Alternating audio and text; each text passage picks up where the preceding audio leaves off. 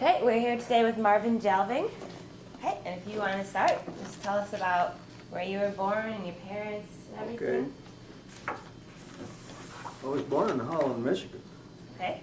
And parents were Clarence and Elsie Jalving. And they had actually 8 children. Wow. And the 6 of us were in the service at one time. And here's a picture of us. You see it. Let's see if this will get in the camera here. So anyway, Okay. I went into the service in July of 1943. And you had a sister in the service too then? And I had a sister, one and only sister. Well, you were born in, what year were you born, 1924? 1924. In Holland. What did your parents do for a living? Dad was a banker. Mm-hmm. He started out as a school teacher way back in early or late 1900s. Not late 1900s. I'll get it straight, just a minute. Around 1918, I think. Okay. And went out to Montana, taught 8 grades out there at age 18. Mm-hmm. And Wow. got into banking out there. And then ended up back in Michigan, so he was in the banking circles for a lot of years. Ended up as president of the People's State Bank that eventually became the Old Kent Bank. Okay. And then Old Kent was bought out by Fifth Third. So that's what they are now, today. So did your mom work as well, or did she just stay at home with the No, kids? mother was a housewife. Okay. She stayed home with all the 8, or not 8 kids, 7 kids, Mm-hmm. till they grew up and went through various things, like my going into the service in July of 1943. I lived at home for a little while after I came home in 1945. Well, what was it like growing up in the Depression? We didn't really suffer from the Depression. Okay. My dad was with a bank that stayed open, Mm-hmm. so he was living a pretty decent life. And we were rather privileged to have that during that time. I can remember people talking about the Depression, but it really never hit us hard as a family. Okay. That's good. Yeah. In a way, it's good. And then when you got older in high school, did you remember news of things developing in Europe, hearing about Hitler, the Nazis, or anything? Or did you not realize until after graduation what was going on? Not really. Not really. I wasn't the best student. I have never been one for academics. Uh-huh. I love to work with my hands, work with wood. I now work in color pencil. Okay. And still in woodworking some. I was in transportation for many years, about 34 years, at management and trucking mainly. And well, as I was saying, I was in the service from 1943 until 1945. What year did you graduate from high school? High school, June of 1943. Okay, so then Went you into the service right in away? July of 1943. And did you enlist then? I was enlisted into the Air Corps, yes. Okay. I would have been drafted sooner. Oh yeah. So, What made you pick the Air Corps? just the hearing about it, and it's a little more glamorous, I guess. Mm-hmm. And living quarters, like in England, where we lived pretty well, when you consider the doughboys on the continent, having to live in foxholes and all that they did. Mm-hmm. We, of course, were up there in the air. We had nowhere to hide. We were sitting ducks, so Right. to speak. And I had 23 missions out of England, over Germany. In Well, could we fact, go back to the more of when you enlisted first? Try to tell us about basic training and the kind of things you went through before. okay, before I went overseas, I wrote this all out as accurately as I could. Okay. Started from Holland, Michigan by car to Chicago, Illinois. Then a troop train to basic training in Miami Beach, Florida. And then that was till the fall of 1943. Then, Do you remember a lot about basic training though? Like, do you remember a lot? oh yeah, sure, I remember that train, and I'll never forget how eerie the train whistle sounded. And we had a Pullman, and we'll never forget the soot that filtered into that Pullman car. How we were sleeping on Is soot. there a lot of people in there? You know, Right. it was all service people that were on that particular troop. It was a troop train. And you So said there you went weren't from any- Chicago to Miami? Chicago to Miami, Florida. Miami Beach, to be exact. And that's where you had basic training? That's where we had basic training. What was basic training like? Well, it was rather demanding, a lot of marching, a lot of calisthenics. We lived well. We had sheets issued, no blankets. It was so hot there in Yeah. the summer. So, but otherwise, we did pretty well. We ate well, and we trained there quite well with a lot of marching.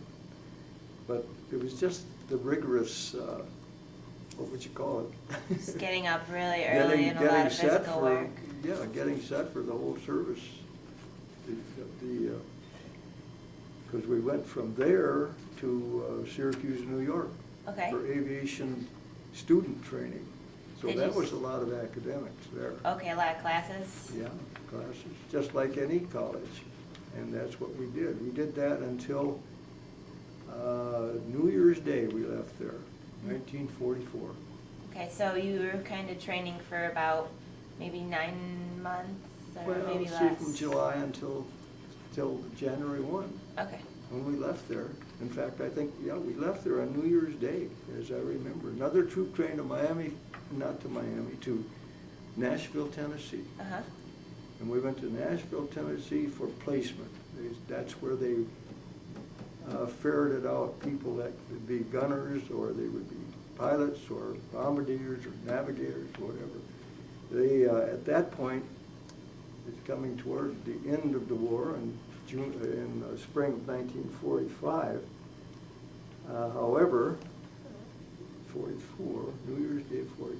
So we had a lot of training in that year leading up to where we left the States. That was another troop train, and it was determined what we would be. I went into armament training at that point in Buckley Field, Colorado, Denver, Colorado area. How is that different from the types of classes that you took while you were in New York? Entirely different. Entirely. Well, sure. were the That was- classes that you took before that, were they difficult for you? You said you didn't really like they were school. difficult for me because I was, as I say, I was not a student. Mhm. And we had math, and we had English, and we had this, and we had that. But, yeah, and all in all, it was good training. Was the armament more hands-on type of stuff? The armament training? The armament training was for teaching us how to load bombs Okay. and such. That's exactly what it was. And guns, how to operate guns, certain guns. I went from there to gunnery training.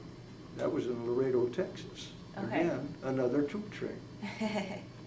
So that was for gunnery training. We trained in turrets, we trained in skeet shooting, we had pistol and rifle shooting. That's all part of it. Then to Lincoln, Nebraska, where we were assigned to a crew Okay. for a B-24. We had training in B-24s.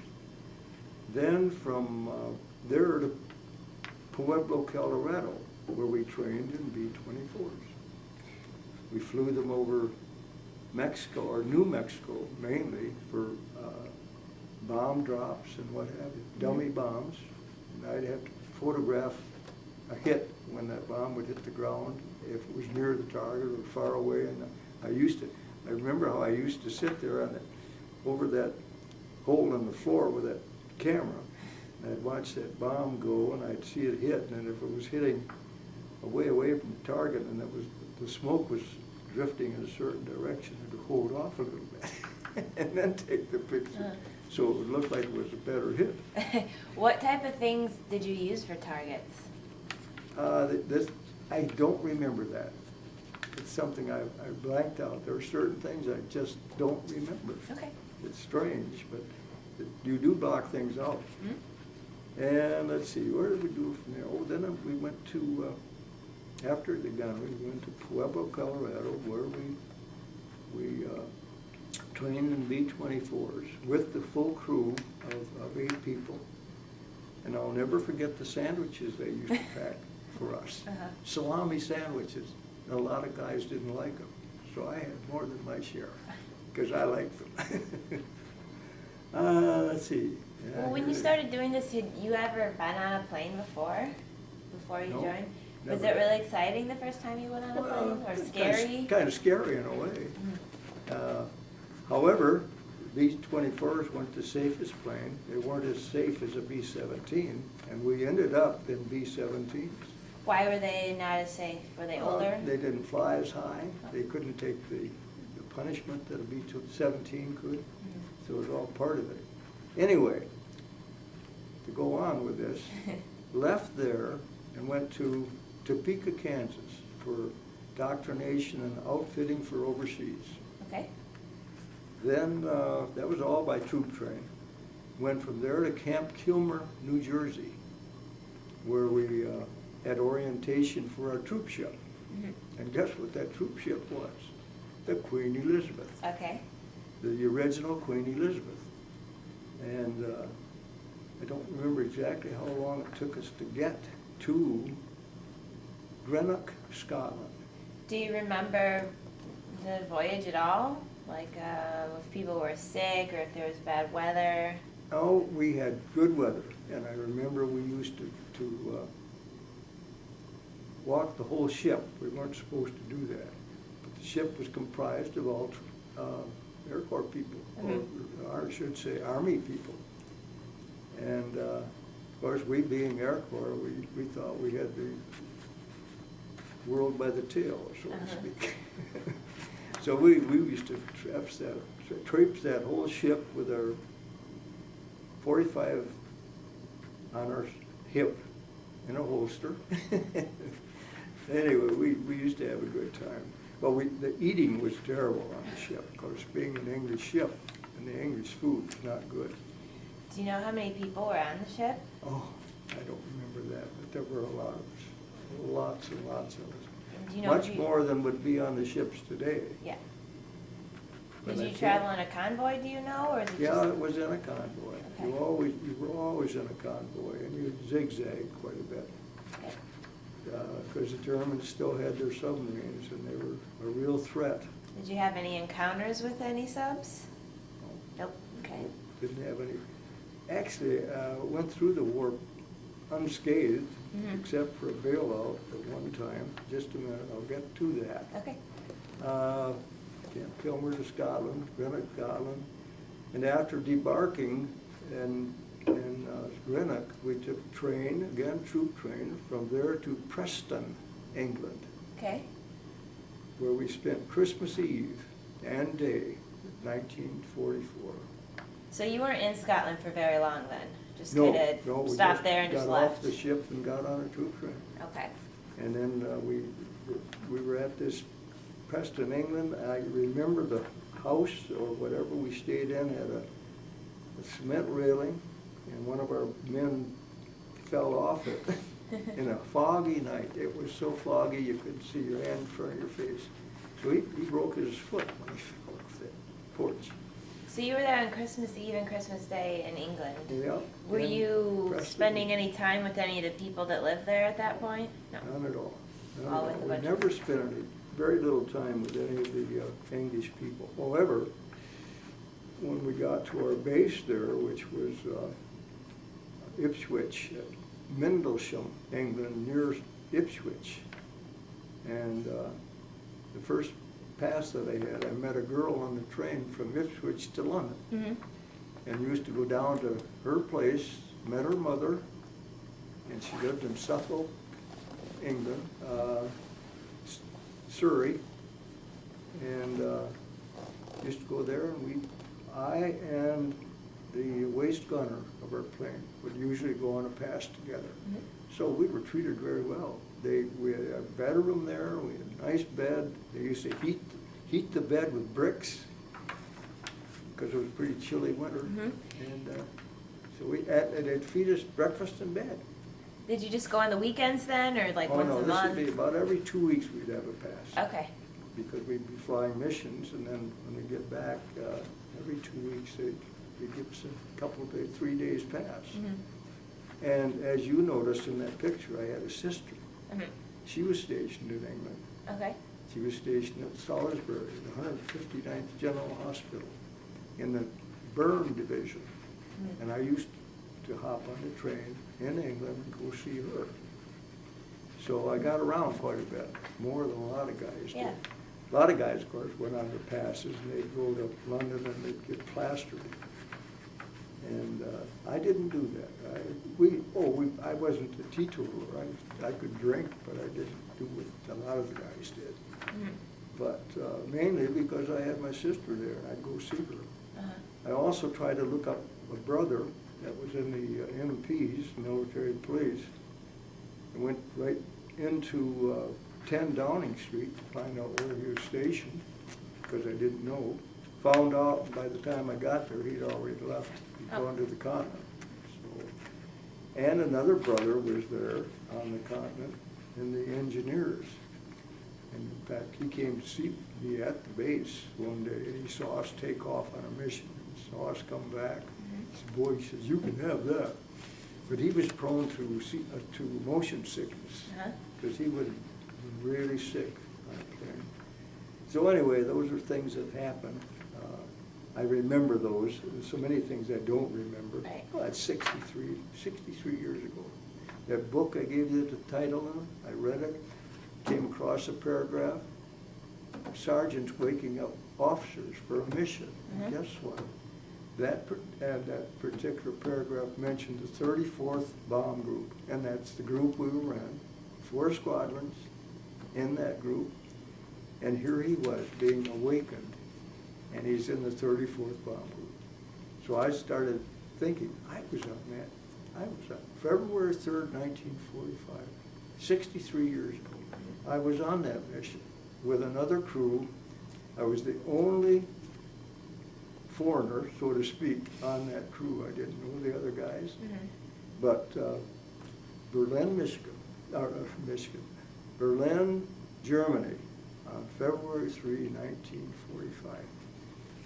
That was a bad mission, Oh. but we came back. Now, where we go here?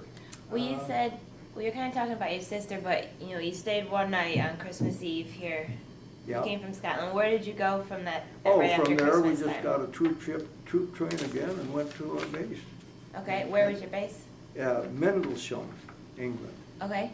the one near Ipswich that I mentioned before. So what was the base like compared to the quarters you had been living in the United States? Was it a nice area to live in, or? Oh, yeah, it was a good area of England. In fact, I have a map here of the English and all of our bases. And the circled one is where you were? The 34th is right here. Okay. That's where we were. Ipswich is, I think, a little bit south and east of it. But I can show it in here, or does it? Yeah, there is Ipswich right there. It was south, not very much east, but it's south of it. There's the base, here's Ipswich. So that shows all the different 8th Air Force bases, American bases. Okay, so you go to your base. Yeah. And then did you kind of get right into starting on these missions? We didn't fly missions until 1945. Did I give you that? Where did I? Oh, here it is. Reach that. Tell you what they are. This gives our whole crew, gives a picture of the ball turret. Let's see, I have one of those. That's what I was in. Wow. This is our whole crew. It isn't a very good picture, but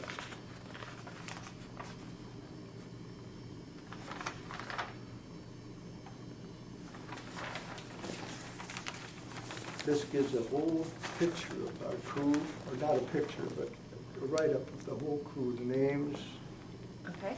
and what have you. And then the next picture is, a picture of the crew Mm-hmm. standing by a B-24.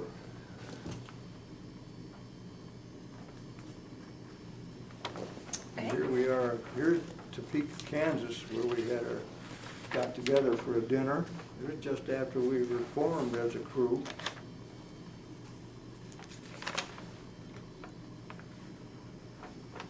First mission, oh, that's not the first mission, this is my parachute jump right up. The date of the first mission. But anyway, there's a whole bunch of stuff here.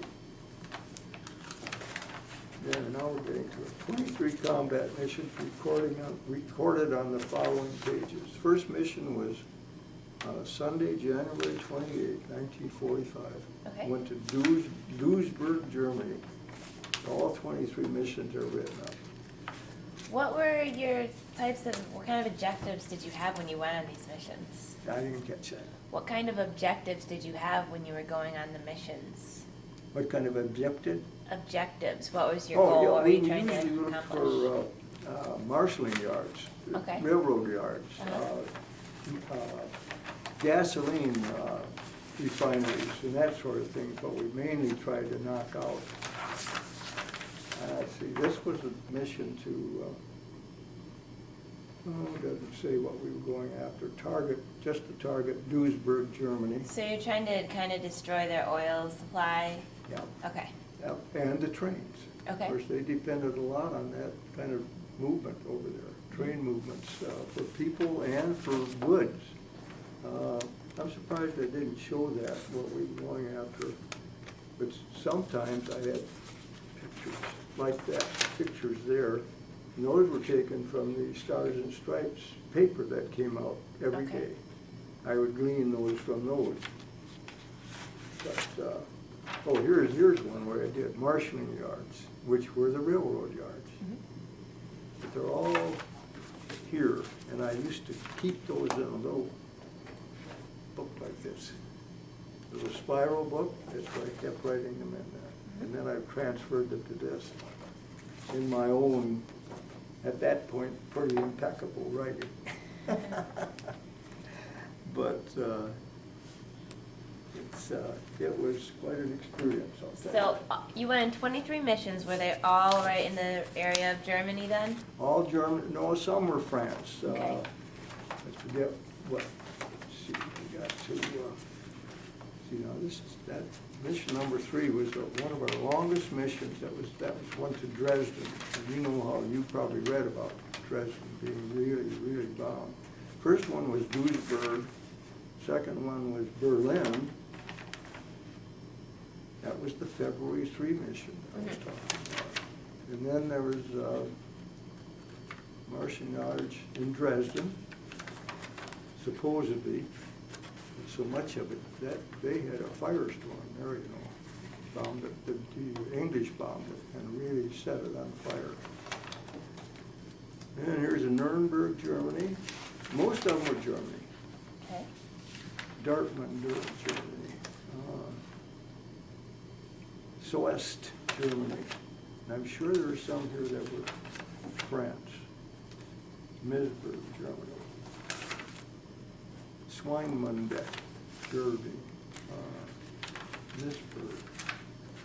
Now these bring back, there's Berlin again on the 11th, the 18th of March. But these were all toward the end of the war.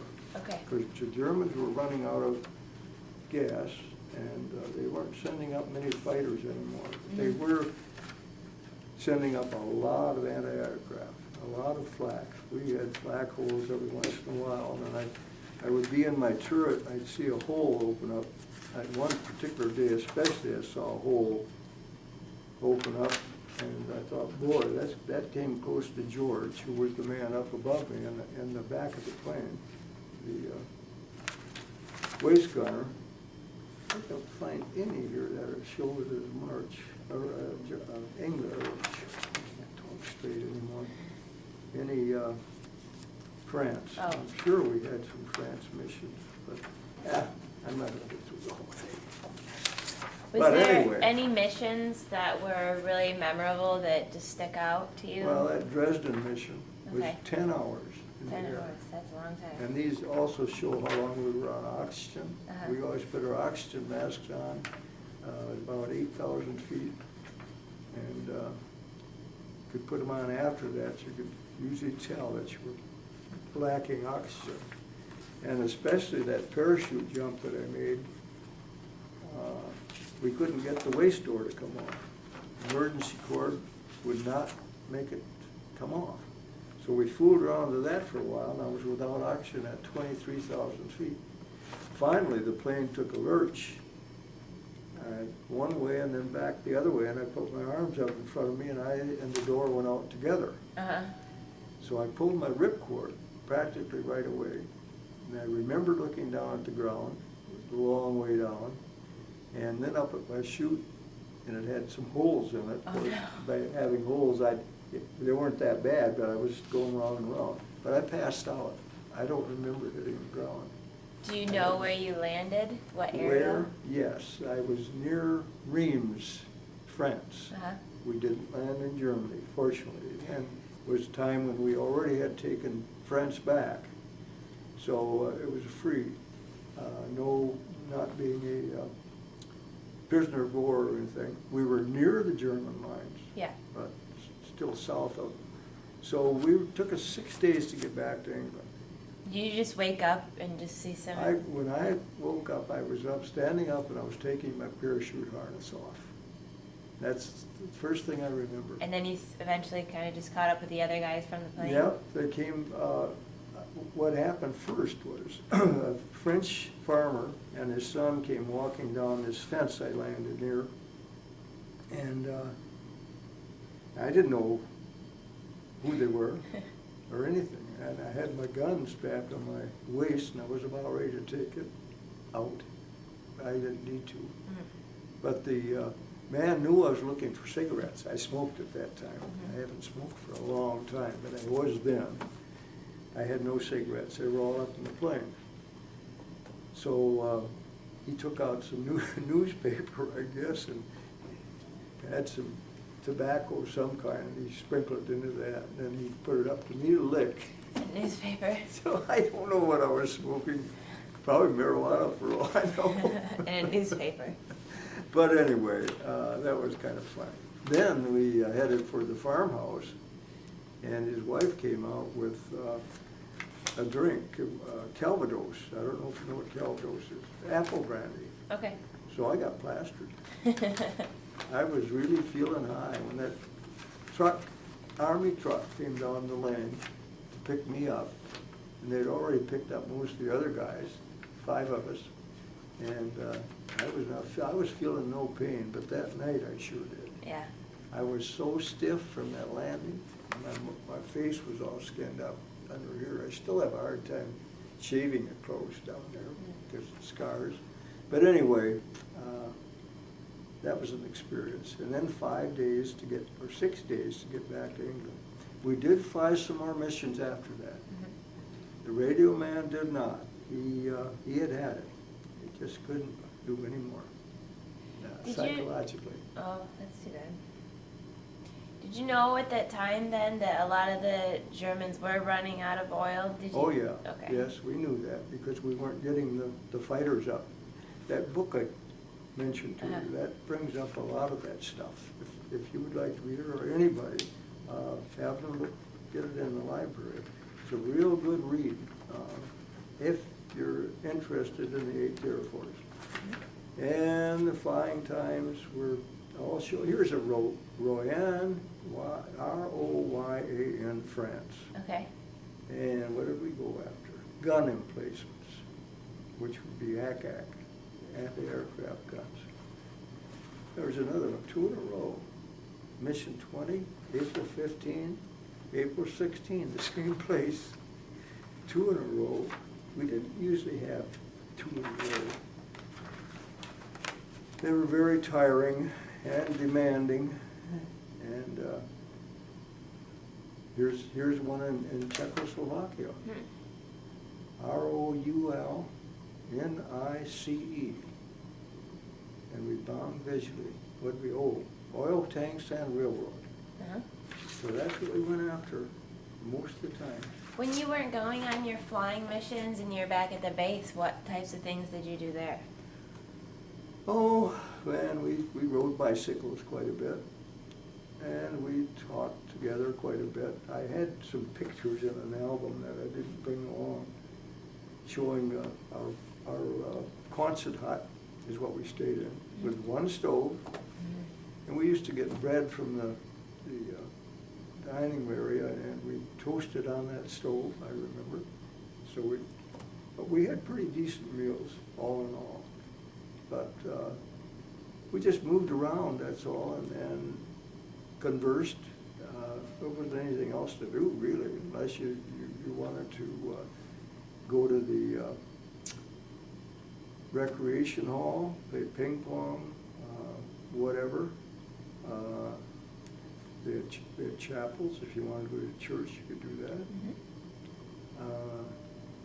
But all in all, you just kind of lived a kind of sedate life. Did you write a lot of letters back to your family? Did I what? Write letters to your family or friends? I wrote my folks, yeah, not a lot, but I did a little. In fact, my mother kept all those things, and about 3, 4, or more than that, years ago, I threw it all away. I shouldn't have. I should have kept it. But I didn't have much to say. Okay. Our life was pretty much the same. You couldn't say much anyways, because they went through them all. And they were always censored. Yeah. They read them before they got away. But I actually didn't have the life that the doughboys had. I really kind of felt for those guys on the ground in their foxholes and the rain and the mud. We just didn't have much of that because of being in the Air Corps. We had a much better life. But anyway, we moved around a lot. And let's see, after we did that, got to our base, and then the 23 missions that we're talking about, till the end of the war, spring of 45. Then the rest of the time spent in England doing various and sundry jobs, KP, whatever. The crew got split up. Some flew back. Some of us came back by ship. I came back on a Liberty ship. And we landed in Boston. And I went to Camp Miles Standish in Massachusetts. And then from there to Indiantown Gap, Pennsylvania. Then home on furlough, summer of 1945, while home VJ Day happened. In fact, I happened to be in Detroit at a ball game with my folks that day. We were on our way back to Holland, Michigan. Stopped for dinner in Portland, Michigan. And they had the radio on, and they announced VJ Day. So we headed back for Holland. And then as a consequence of the war ending, I looked for a party. I couldn't find anything. I didn't know where to go. So I went to bed. So then I had to leave there after a month. And I went out to Santa Ana, California. Okay. Scheduled to go up to the Pacific Theater. How did you feel about that? Did you I don't want to go back out? I didn't feel good about that at all. Right. Anyway, I never made it to the Pacific. And while I was there, not doing much of anything, but here again, relaxing in KP duty, it was determined that I had enough points to get a discharge. So then the discharge, I was sent to Truax Field in Madison, Wisconsin, with 2 other guys. I was in charge of them, made sure they stayed on the straight and narrow. And again, took it easy until I was issued my discharge in October of 1945. Okay. Before my 21st birthday in November of 1945. That's nice. It's a lot of experience in a few years before 21 years of age. Did you continue to live in Michigan then? Yep, I went right back home, and that's when I stayed with my folks for a while. I ended up doing various and sundry again. I started college at Hope College. Probably heard of Hope. And being from Holland, that would be the place to go for me. But I just didn't like it, so I got out of it. Got into transportation, got into trucking later on. Did a few other things first. I sold Army surplus stuff for a while. in a store for, a couple of stores for a man. And went out to the Rose Bowl game in 1948. That's when Michigan won a tremendous score. I forget what it was, but that's what I did. I kind of fooled around until a man that owned Holland Motor Express asked me if I'd like to work for them. So then I did. I went to a school in Chicago and ended up with them for a lot of years, about 23. Then kind of broke away. But you want to know about service, and I guess I covered it pretty much. Yeah, how do you feel when you look back now? Do you think that it was pretty much an overall good experience that you were in the service? How did I feel about it? Do you think now that it's made you a better person, or do you wish you never would have gotten involved in it? I have a hard time understanding. You notice my ears have hearing aid in each, so I do have a hard time picking up. Oh, I'm a sorry. lot of stuff goes right over my head. Do you think your experience was good overall? Or? Oh yeah, it was good. I mean, it made us grow up in a hurry. And if you didn't grow up, forget it. A lot of guys went off the deep end. You know? Yeah. It's too bad. And they're doing the same thing today. And psychologically, it really gets to people. I didn't let it do it with me, and of course I have a real strong way of not doing things. Like I just came back from Las Vegas, Nevada for a week. We just got back a couple of days ago. I'd never touched a machine. I never gambled. People can't understand why. Going to Las Vegas and I didn't gamble. I've never gone to a casino either. Well, never gone to one. I went in This brother, right here, I met him in Vegas. And Okay. he and I are the only two left of that whole bunch. So we thought we'd have a mini reunion. And we did. They drove up from Redlands, California, where they live. They've lived there quite a few years. And we just got together for that week and had a real good time. Saw lots of things, got to Beaver Dam and the Red Rock Canyon and various other places in that area. Stayed in a nice hotel, had good time there. They were in a room just on the same floor, 3 doors away. But as I say, I used to go visit my sister in England. Tried to look him up, or he came to see me at the base, and Jack was the one that was in the MPs, and I've tried to find him, and he'd already gone to the continent. Brother Lou, the oldest, was in the Navy. Dave, the young man here, was 10 years younger than Don, but he also ended up in the service. He was in special services in Europe after we were there. But he ended up in banking. He was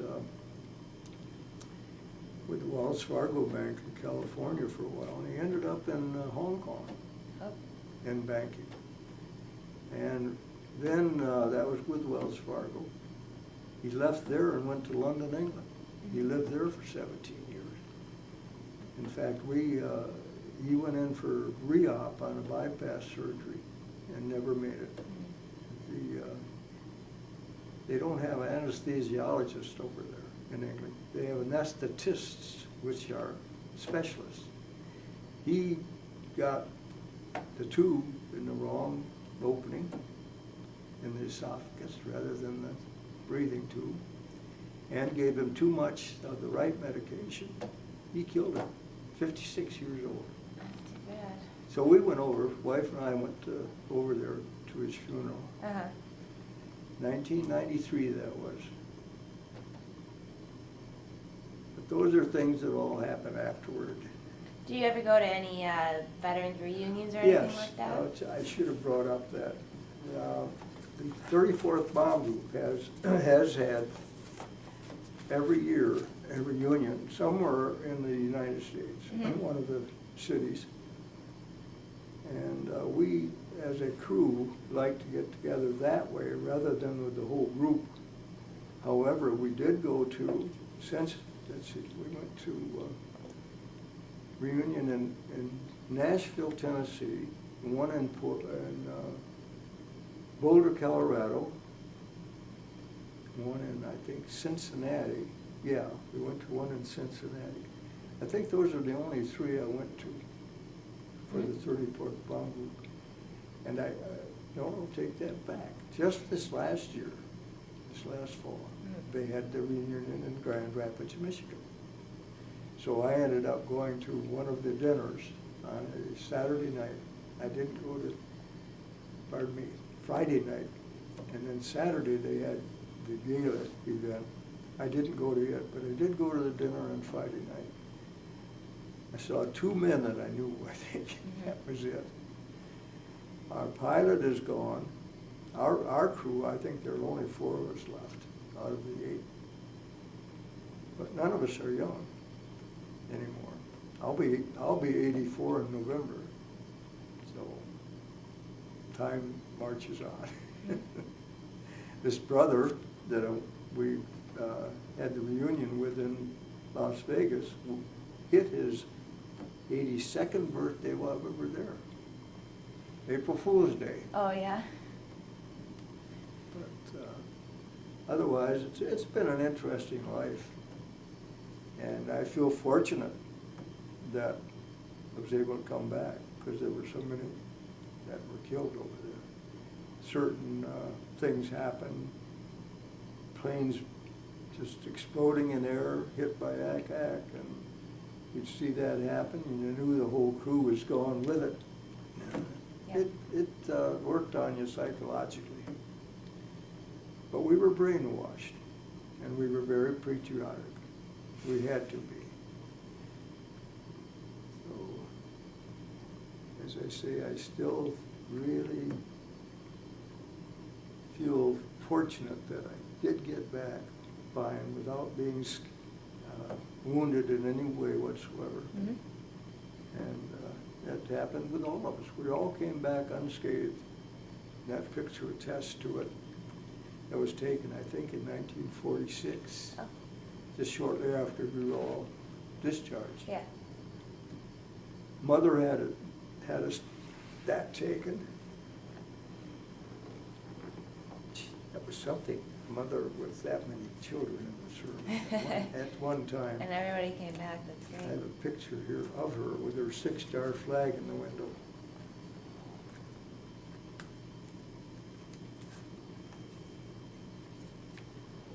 Who do you think that is? Is it you? My mother had me have that taken, 1946. Mm-hmm. And my dad, So you got those all laminated. but here's another picture of all of us. I put the names on the back. I have some other things here too that if you're interested or not. This is a book they put out about the 100 missions for our group, I guess. Mm-hmm. When did you get this? I don't know, I've had those quite a long time. I have no idea when I got them. And this is about the 34th Bomb Group that I was in. Another book.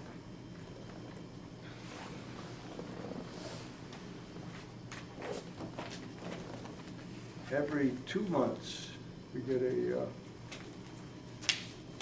Mendelsohn Memories. Uh-huh. Little publication. That was the one that came, I think, after this. What's the date on the top of that one? December 2007. Yeah, see, that was this last Mhm. reunion they had. Okay. And that shows a lot of pictures of the old timers. A lot of the guys were older than I am Mhm. because they were nucleus people. They were in the group before they even went overseas. Right. Very interesting. And then This was September of 2007. I just took a couple of them, articles from different people, and I guess I kept this.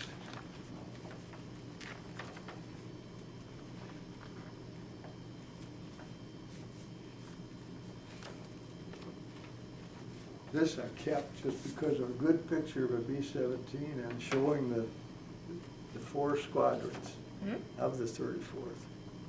They all had, most of them had their pictures on there. But anyway, I got rid of the rest of it. That was the whole roster. This, our navigator put this out. What did you do during the war, Grandpa?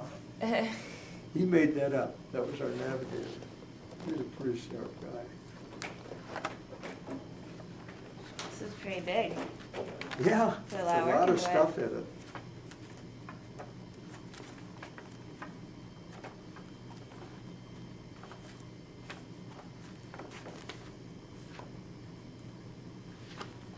But that, knowing that gal over there, and her mother, Little was her name.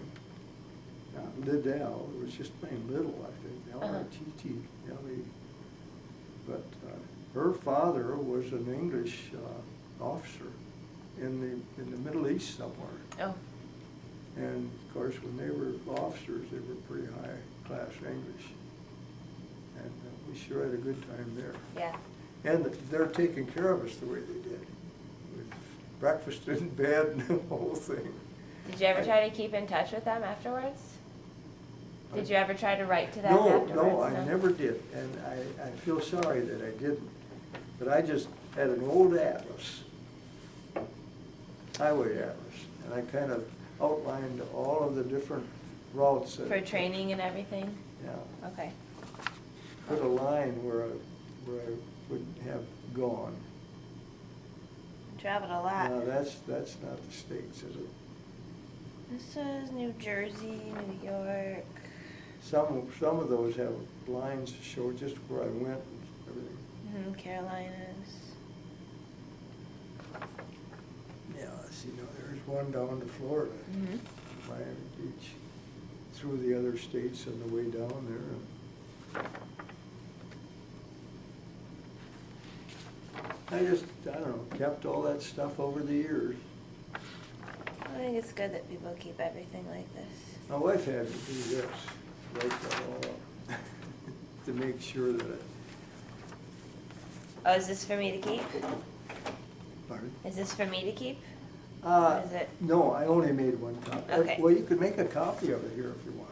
I imagine they have a copy over here. Okay, let's see. Did you have any other stories or anything else that you wanted to talk about? Not offhand. There's a write-up about the bailout Uh-huh. in there somewhere that I'm sure they'd be interested in. Okay. In that whole log. Let's see, I'll put this back in there and put this all back together. Okay, well, I'll turn this off then, I don't have any more questions. I'm sure you can somewhere